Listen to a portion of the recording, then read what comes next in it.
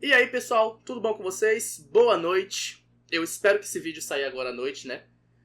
Eu só tenho domingo pra tentar gravar as coisas, então assim, é muito aperreada aqui a minha rotina, né? Talvez depois das férias eu consiga fazer algo melhor.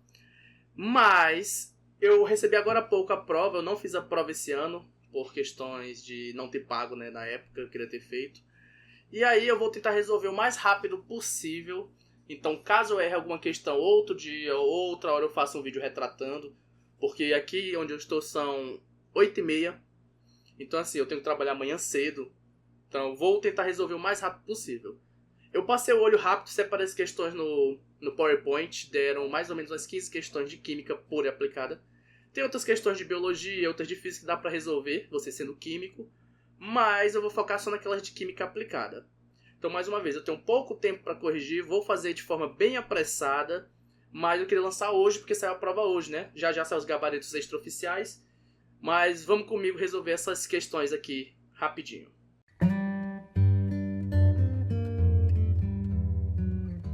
A primeira questão, ela fala o seguinte: o fruto do cajueiro é um aquênio repleto de líquido escuro, quase preto, cáustico e inflamável. Esse líquido da casca de castanha do caju, o LCC, representa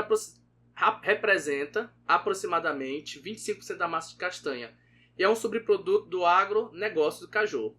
Quando submetido a altas temperaturas, o ácido anacárdico presente no LCC é convertido em cardanol, que recebe a denominação de LCC técnico, conforme o esquema. Aí nós temos aqui o esquema da reação química de ácido anacárdico e cardanol.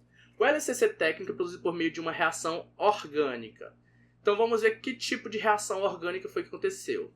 Pronto, voltei. Tava com um problema técnico aqui na caneta, não estava funcionando. Então vamos aqui ao primeiro caso, né? A hidrólise. Então quem me mandou aqui disse que era uma hidrólise. Primeira coisa, gente, a hidrólise, a gente vai ter que ter o uso da água, certo? Então a gente vai fazer uma hidrólise, a quebra da estrutura, utilizando a água. Então aqui quando a gente vê, ó, nós temos aqui o aquecimento, né? E nós não temos o uso de água. Então a gente pode descartar a hidrólise. Aqui fica mais fácil a gente ver o seguinte: o que foi que sumiu aqui da estrutura? Então a gente vê aqui que foi um fragmento de ácido carboxílico. Seria aqui, ó, um ácido carboxílico. Então foi isso que sumiu. Quando eu venho aqui fenilação, fenilação é quando eu vou adicionar um fenil à estrutura, certo? E não é isso que a gente está fazendo, a gente está removendo a nossa ácido carboxílico. A esterificação, você faz a reação do ácido carboxílico mais o álcool. E a nossa reação aqui, ó, não especifica isso. Então não é a hidrólise, que nós não temos águas, não é a fenilação, que a gente não adiciona o anel aqui aromático, não é a esterificação, porque nós temos isso. Aí nós sobra hidrogenação e descarboxilação. A hidrogenação, você vai adicionar moléculas de H2 na estrutura. Vai fazer uma modificaçãozinha aqui no anel aromático, tudo bem. Então não vai ser essa, vai ser a descarboxilação. Novamente, aqui você tem o ácido carboxílico. Então é isso que eu vou fazer, descarboxilação. Vou remover ele. E aí formando aí o nosso CO2 e fechando aqui a estrutura com o hidrogêniozinho, certo? Então a resposta desse aqui, letra E. Ah, lembrando, esse aqui é o caderno verde, viu, gente? Então questão 91, caderno verde. A nossa próxima questão é a questão 92. A química é uma importante ferramenta na produção de substâncias utilizadas na área da saúde humana. A radiação emitida pelo cobalto-60 é utilizada na medicina como ferramenta de diagnóstico e no tratamento do câncer. No entanto, esse radioisótopo tem um tempo de armazenamento limitado, pois seu tempo de meia-vida é de 5,3 anos. Considere um frasco com amostra contendo 2 mg de cobalto armazenado durante um período de 26,5 anos. A massa do cobalto em miligramas que restará ao final desse tempo é mais aproximada de quê? Então vamos lá. Então, gente, a primeira coisa que a gente vai fazer aqui é calcular o número da meia-vida, né? Então, eu tenho o tempo total sobre a meia-vida. Aí vamos lá, o tempo total tá aqui, ó, 26,5 anos. Certo? E o de meia-vida 5,3 anos. Então nós vamos ter o que, ó? N é igual a 5,3. Aliás, é o contrário. 26,5 sobre 5,3. Aqui, como nós estamos corrigindo, eu vou usar aqui a nossa calculadora rapidinho. Um porém na hora de fazer essas provas que você não vai ter, né? Então você vai perder um tempo corrigindo. Mais é efeito de velocidade da nossa correção. Ficar 26,5 dividido para 5,3. Nosso N é de 5. Então, gente, para a gente calcular aqui a massa final, nós vamos ter o seguinte. A massa final é igual a massa inicial vezes 1 sobre 2 elevado ao N, que é o 5 que a gente já descobriu. Então, nossa massa final é igual a... O nosso inicial foi de quanto lá? 2 miligramas, certo? Vezes 1 sobre 2 elevado a 5. Decidi não usar a calculadora. Ficaria fácil demais aqui para mim e não seria interessante para quem está fazendo.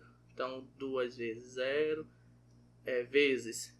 Vamos fazer aqui, ó. Vai ser 1/5 sobre 2/5, né?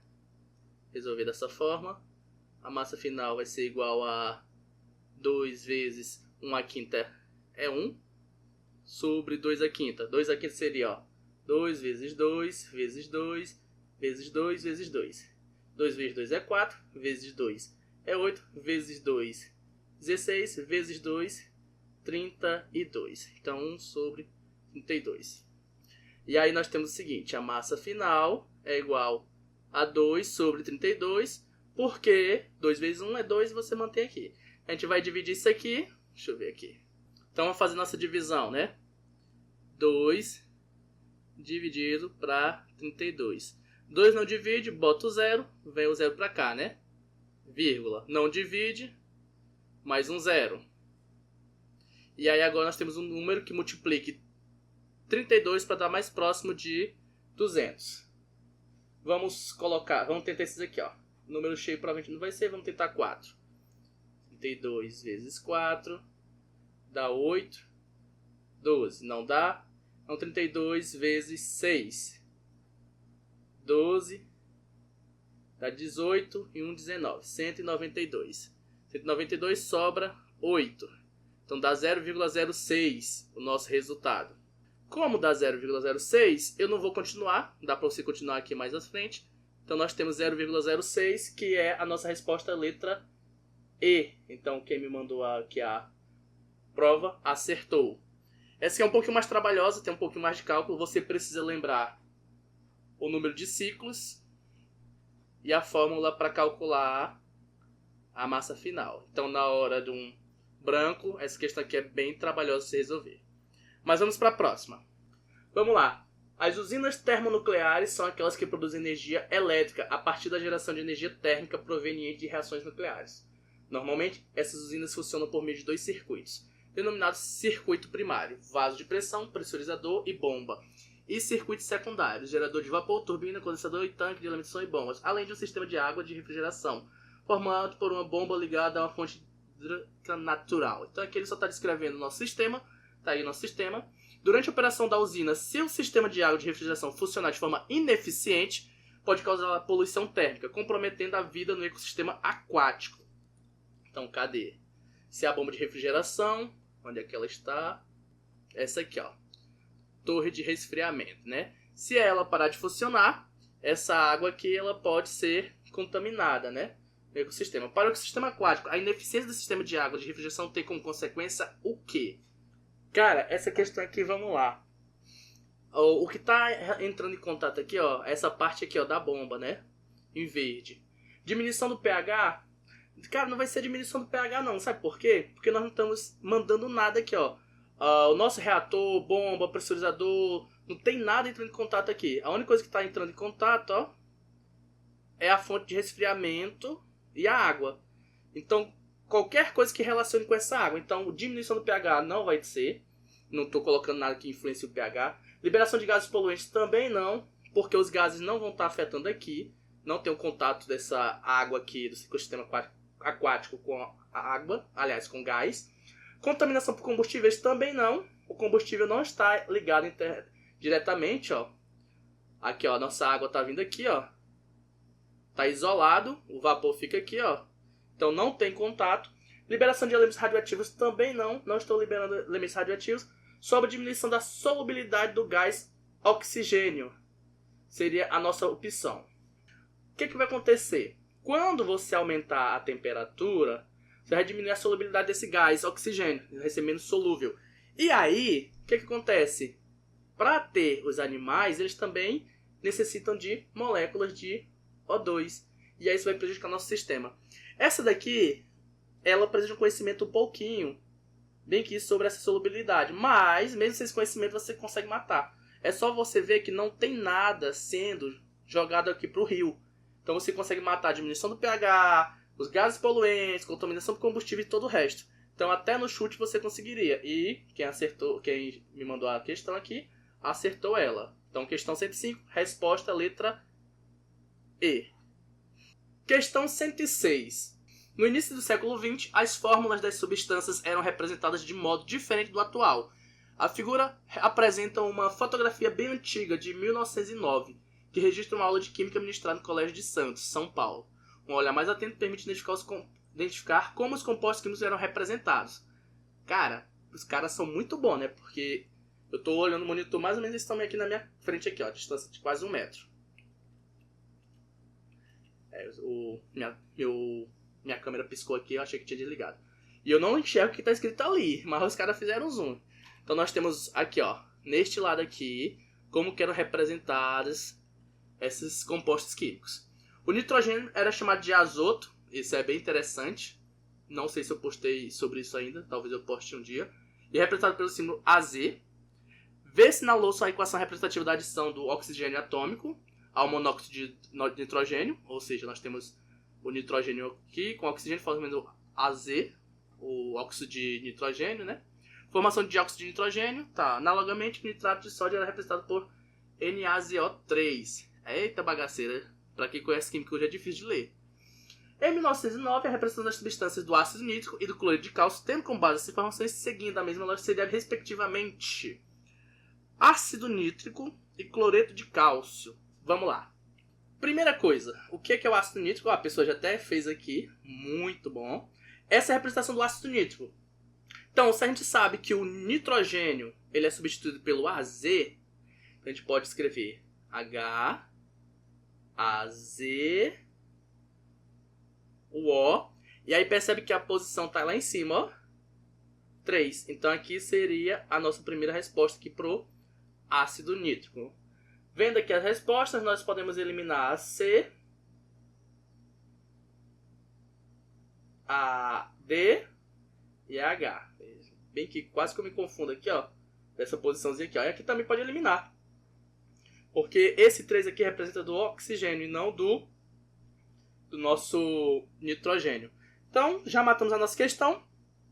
E aí, o cloreto de cálcio, não tem nenhuma menção no texto sobre a adaptação de cloreto de cálcio. Sobra, então, CaCl2, mas, como antigamente era representado em cima, então a representação do cloreto de cálcio seria CaCl e o 2 aqui em cima. Então, a resposta, letra A. Quem respondeu fez uma analogia muito boa e bem rápida, até me ajudou. Nem precisei lembrar que a pessoa colocou aqui o ácido nítrico. Muito bom, está de parabéns. Então a resposta, letra A. Existe um processo de purificação de água em que são removidos sais dissolvidos. A água que passa por esse processo é muito utilizada em laboratório de química. Bom, bem que já matei a questão. Nem li as opções ainda, mas já sei o que é. Isso aqui se chama água destilada. Vamos já ler. Em indústrias como solvente, em baterias de carro, etc. Entretanto, esse tipo de água não é adequado para ingestão. Em baterias de carros? Entretanto, esse tipo de água não é adequado para ingestão, pois pode causar problemas à saúde como carência iônica e diarreia, devido aos sais minerais, né? Essa água é chamada de água destilada. Essa estava bem fácil, mas o que é essa água dura? A água dura é quando tem muito minério, né? Cálcio, magnésio, então não seria água dura. Água pesada, eu não me lembro agora a diferença, né? Eu sei que a água dura é o cálcio minério. Sanitária. Porra, sanitária não faz nem sentido, né, gente? Água oxigenada também é o nosso H2O2. Então, resposta D, destilada. Muito fácil essa questão. Quem fez aqui acertou. Eu tô aqui com um pouco mais de 20 minutos de gravação, né? Tirando as pausas para beber água, os erros aqui na hora de escrever. Mas vamos lá. Tentar ser mais rápido. Questão 112. A quantidade de CO2 na atmosfera da Terra aumentou em 50%. E a temperatura está agora a cerca de 1,2 graus Celsius. Ó, isso é interessante. Nós estamos aqui na COP30, né? Ó. Então, tem uma relaçãozinha. Mais quente em comparação ao século XIX. O ritmo de aumento da temperatura precisa diminuir se quisermos evitar as piores consequências das mudanças climáticas. Cientistas afirmam que o aquecimento global precisa ser mantido em 1,5 graus até o ano 2100. No entanto, ao menos que outras ações sejam tomadas, a plateia ainda pode aquecer o planeta, né? Ainda pode aquecer mais 2 graus até o final deste século. Na prática, os países precisam enfrentar as mudanças climáticas com ações mitigadoras que reduzam tantas emissões quanto os níveis de CO2. Eita, textozinho chato, né, para ler, mas tudo bem. Qual é a ação mitigadora? Auxilia na remoção desse gás presente na atmosfera, reduzindo seus níveis. Olha aqui, ó, Jefferson. Colega meu, eu sei que ele não vai assistir esse vídeo aqui. Mas ele está trabalhando exatamente com esse assunto aqui no doutorado dele. Aqui ele quer que auxilie na remoção do gás presente na atmosfera. Isso aqui é um detalhe importante, gente. Eles querem remover esse gás. Então vamos lá. Instalar mais usinas eólicas. Cara, se tu instalar mais usinas eólicas, tu vai parar de produzir o CO2, certo? Na poluição. Mas tu não vai captar o gás presente na atmosfera. Então instalar mais usinas não. Já que eu comento sobre a letra A para vocês. Ampliar o uso de energia solar. Mesma ideia, tu vai só ter uma produção de energia limpa. Então isso aí vai mitigar a emissão de CO2, mas não vai remover esse gás que já está na atmosfera. Manter os combustíveis fósseis no solo. Novamente, tu vai evitar do cara fazer a queima e liberar CO2 na atmosfera. Então também não é. Produzir menos resíduos sólidos, a mesma coisa. Nada tá falando de remitigar aí. Aliás, não tá falando sobre remover. Eu queria entender esse KK aqui.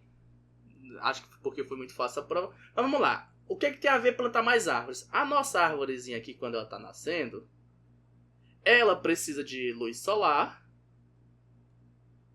Luz solar. Os minerais, eu coloco minerais, mas não era essa palavra que eu estava procurando, não. Minerais.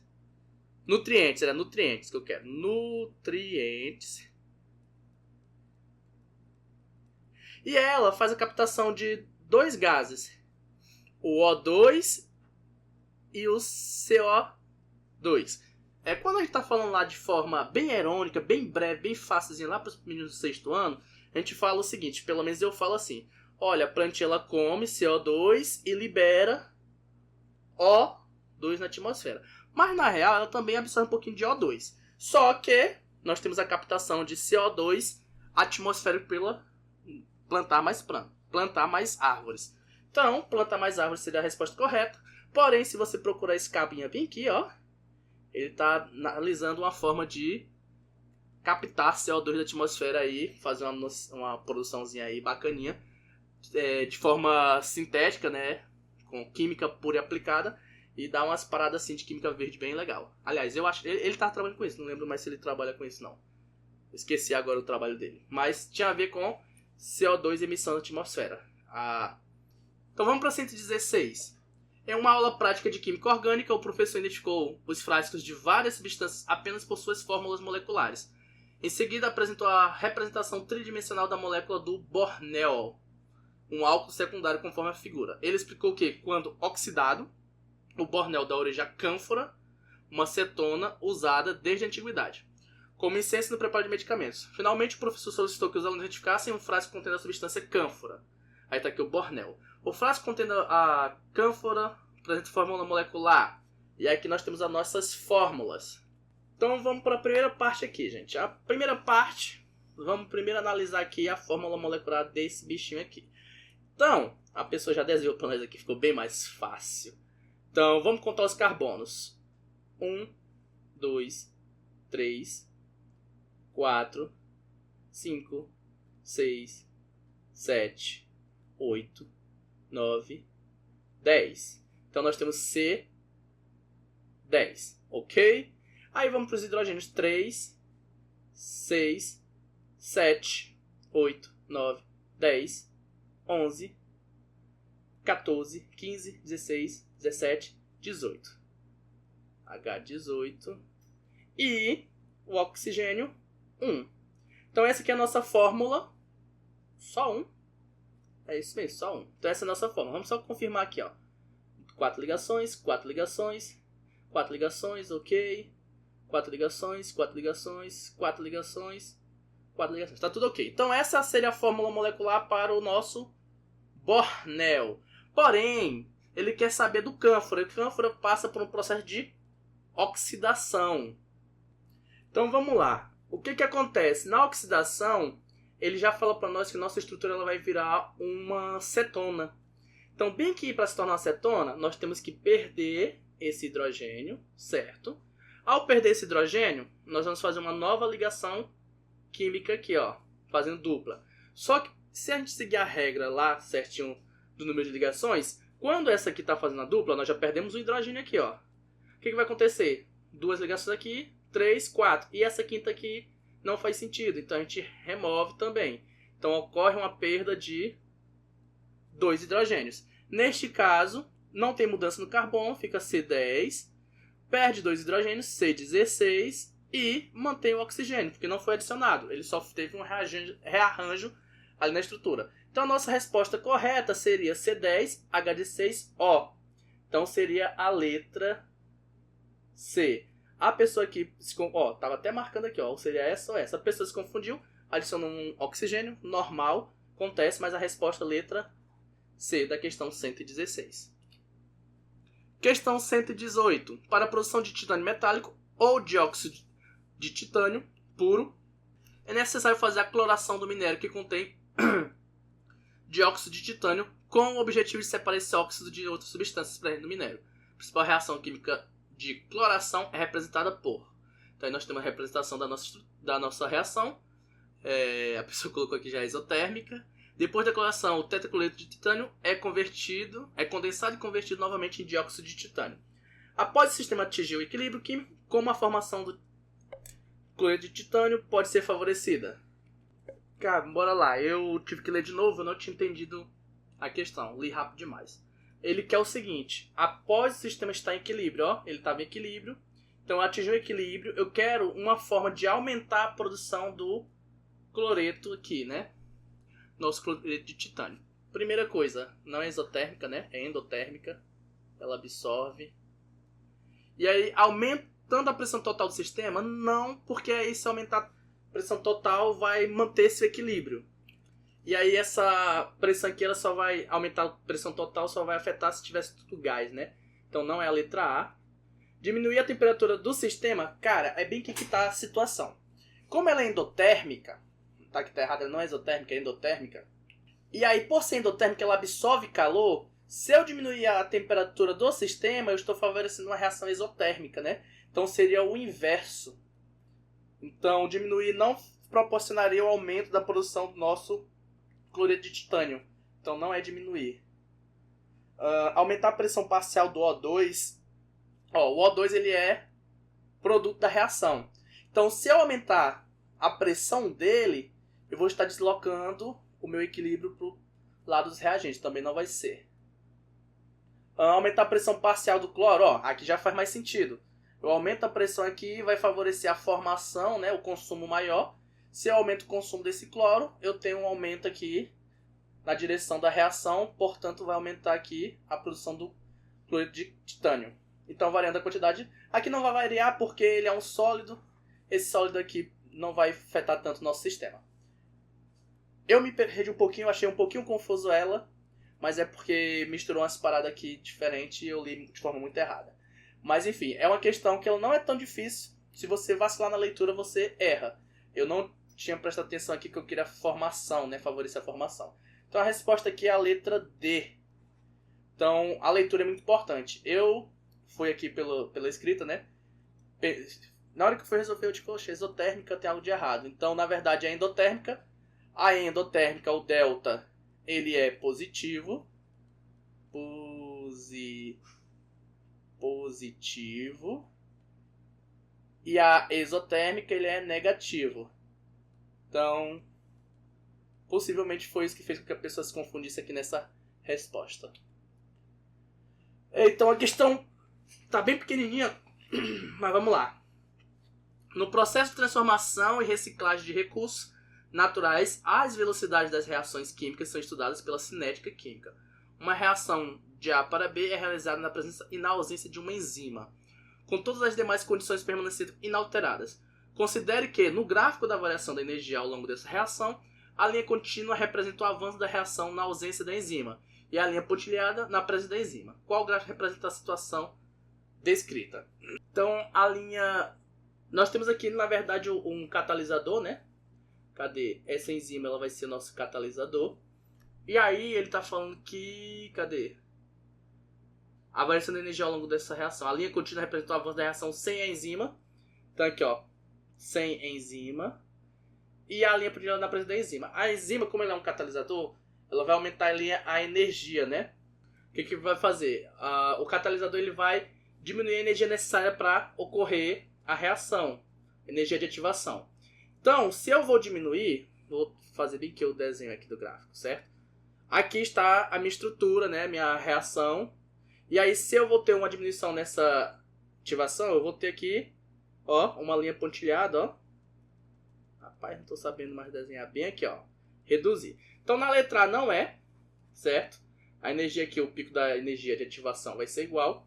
A B também não. A C temos uma redução, então seria a letra C. A letra D não é, porque aí aqui está aumentando esse pico, então é totalmente o contrário. A letra E também não, porque aqui o ponto da energia de ativação, aqui, ó, o pico dela vai estar igual. Então a resposta é a letra C. Eu já estou ficando meio tonto aqui com a luz, já não estou mais conseguindo raciocinar bem aqui direito. Eu já ia marcando aqui ao contrário, né? Mas é a letra C, viu, gente? Então aqui o catalisador ele vai diminuir essa energia necessária para que ocorra a nossa reação química. Gente, eu vou dar uma pausazinha por hoje. Outro dia eu respondo o restante, né? Já estou cansado aqui. E aí algumas interrupções aqui afetaram um pouco. E eu ainda vou ter que editar o vídeo. Mas outro dia eu resolvo o restante com vocês. Para que a gente possa concluir a nossa prova. E devido ao tempo de gravação e tudo mais, eu ainda vou ter que editar. Vai ficar muito tarde, eu tenho que trabalhar amanhã. Então, eu fico devendo para vocês as questões 124, 125, 126, 127, 130, 134 e só. Eu acho que a 130 tá fácil de resolver, as outras duas tem cálculo. E a mais complicada um pouquinho vai ser 124, que é a da sílica. Então, outro dia, provavelmente no próximo domingo, eu vou tentar gravar para vocês o resultado dessa prova. Então é isso, um abraço, se você gostou, compartilhe, curta, comente e qualquer coisa, me mande as questões aí lá no meu Instagram. Eu não vou resolver biologia e nem física, apesar de que eu tenho formação nas ciências da natureza, porque o meu foco nesse canal é química. Mas tem questão da biologia que dá para se resolver com cálculo químico, com conhecimento químico e de física também. Então, assim, ter um conhecimento interdisciplinar seria muito bom. E é isso, um abraço a todos e até mais.